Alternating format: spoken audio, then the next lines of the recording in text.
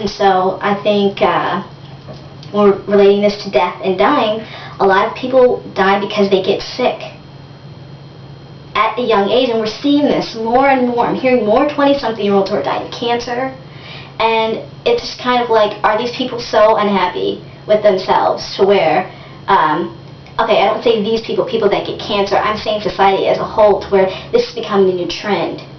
What are we going to do to bring happiness? Now, I realize sometimes it is physical. Sometimes we live in a physical environment, and, you know, we live in a house with mold for 30 years, well, you might develop lung problems, right? You might not realize that. I do take into account that there are some physical causes to certain things. But I think the majority of these things are definitely emotional imbalances. So I think it's balancing that energy, okay? You can meditate all day and say, oh, I'm going to lose 40 pounds and all that.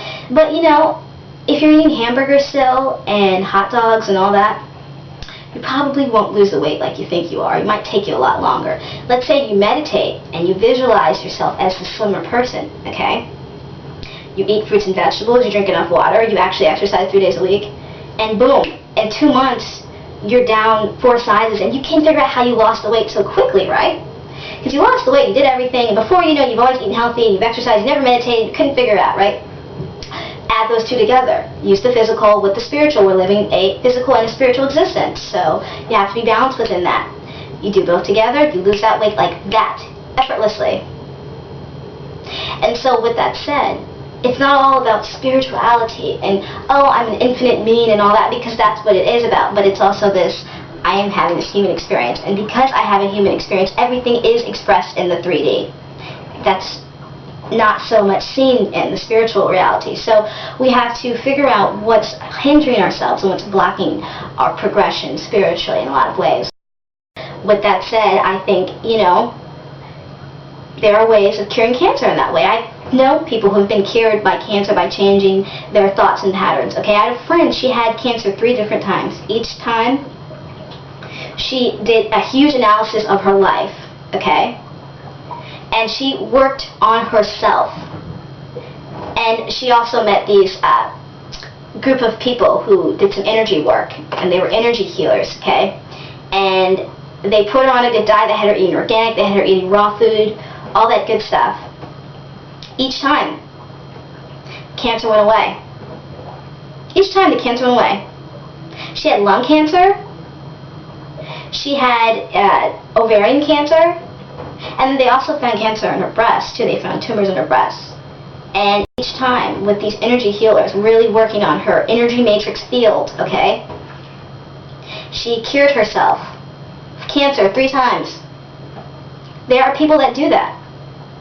So with that said, if you're out there and you're watching this and this applies to you, what I'm talking about, really, really figure out, why do you have these belief systems? And wherever you might have the cancer, look where that means it in the spiritual realm.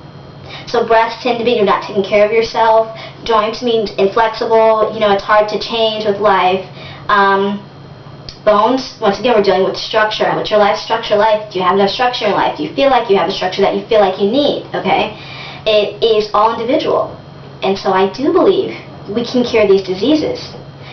Endometriosis, the pelvic pain that I was having, was going on for months. All the time. Horrible, horrible, horrible. And I spoke with one of my nun friends. She's a nun in Hindu tradition. And she picked up on some things with me, particularly how I was feeling about myself in society. And, you know, we kind of did this mantra, chant, prayer type of thing, and then I worked on myself, and I've been pain-free. So I have literally, in my mind, cured myself because I'm not suffering from the pain of it anymore. I mean, that the pain it's what is manifested. It's what makes you remember you have this. It's what hinders you from day-to-day life experience and expression and of creating, because you're so much in pain all the time. You just want to lay down. You're tired.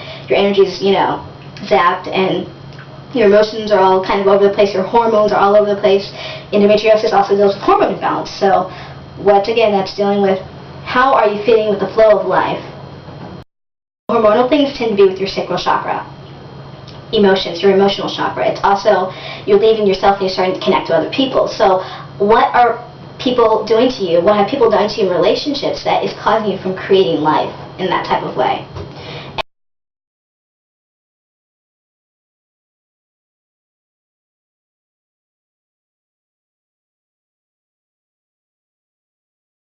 When we create life,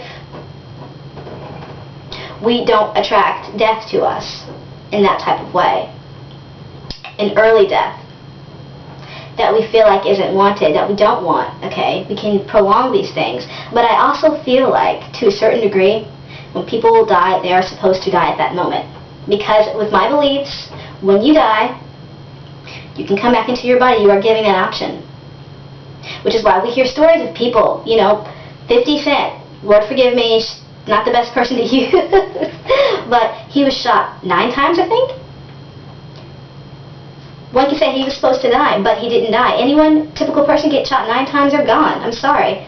Most people don't survive 1 or 2 gunshots, And so it's like he survived, and who's to say he's living up to his potential? Who's to say that he's not? That's not my place to judge. I don't know him personally.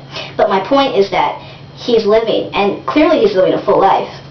And so it wasn't his time to go. When rationally you would have thought that it would have been. And so with someone like Michael Jackson, so much going for them, it's just, there's something on a soul level that it was just time he felt like, I'm done with this existence, I'm ready to go. And a lot of times when people do leave their bodies, when they cross over, so to speak, they realize, oh, it's so free, it feels good.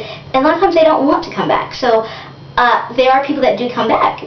Near-death experiences, a lot of people are starting to come forth about their experiences with this. I had a friend whose husband died 3 times in one day, and he can tell you what happened to him each time he died. He was taken to this place, he was brought back, he was asked if he could come back. Most people are approached by a group of entities when they die. A lot of times it's their spiritual guides, a lot of times it's family members, it's someone familiar. But whatever the case is, they are sometimes given the choice to come back, or sometimes people are told. I had a friend, I'm going to use you, so if you're watching this, namaste. I had a friend who, when he was 7 years old, he got hit by a car. And next thing you know, he's floating, and he's looking down. Everyone's around him, and they're like, oh my gosh, what happened? Someone call the ambulance, And so someone called the ambulance. He follows his body back to the hospital, sees them on the ambulance, whatever. Flies around, he's just hanging out, he's chilling in the sky, okay? And these group of entities, he said they were robed, literally floated up to him and looked at him and said, it's not your time to go. They telepathically said this, it's not your time to go back into your body. Next thing he knows, he wakes up in his body. He's like, oh, okay, did I have this experience? And so when he woke up, he told the nurse and his parents what happened. The nurse kind of laughed at him and said, oh, you were just dreaming. Well, then he said, but I know the number that's on top of the ambulance. So I guess ambulance, they have number at the top of them. Someone tell me if this is true. The nurse's face turned white because he could have only seen that number from being up top. And so with that said, he actually saw this actually happened to him. He was experiencing this. And so he was given another opportunity. And I think everyone is given the opportunity, if you even know that you're dead, first of all. Some people when they die, they don't know that they're dead. They think that they're still living. Whatever. And so, if you know that you're dead, you see the light, and you choose to go into the light, or you choose to go that way. A lot of times, before you get to the light, you're told to come back. But some people, get to go all the way to the great void, what I like to call God, source, energy resides, the place before vibration exists, the place of no place. It's just everything is the potential of this. And so some people get to go see this place and come back. They do the whole trip around the galaxy, black holes, and they see all that stuff, and they come back, and they're in their body, and here they are living. And so with this said, my friend, her husband died 3 times. He's back, and believe it or not, he's super psychic now. He's connected to the other side. He's a changed person. He actually had this experience, and it caused him to believe in it.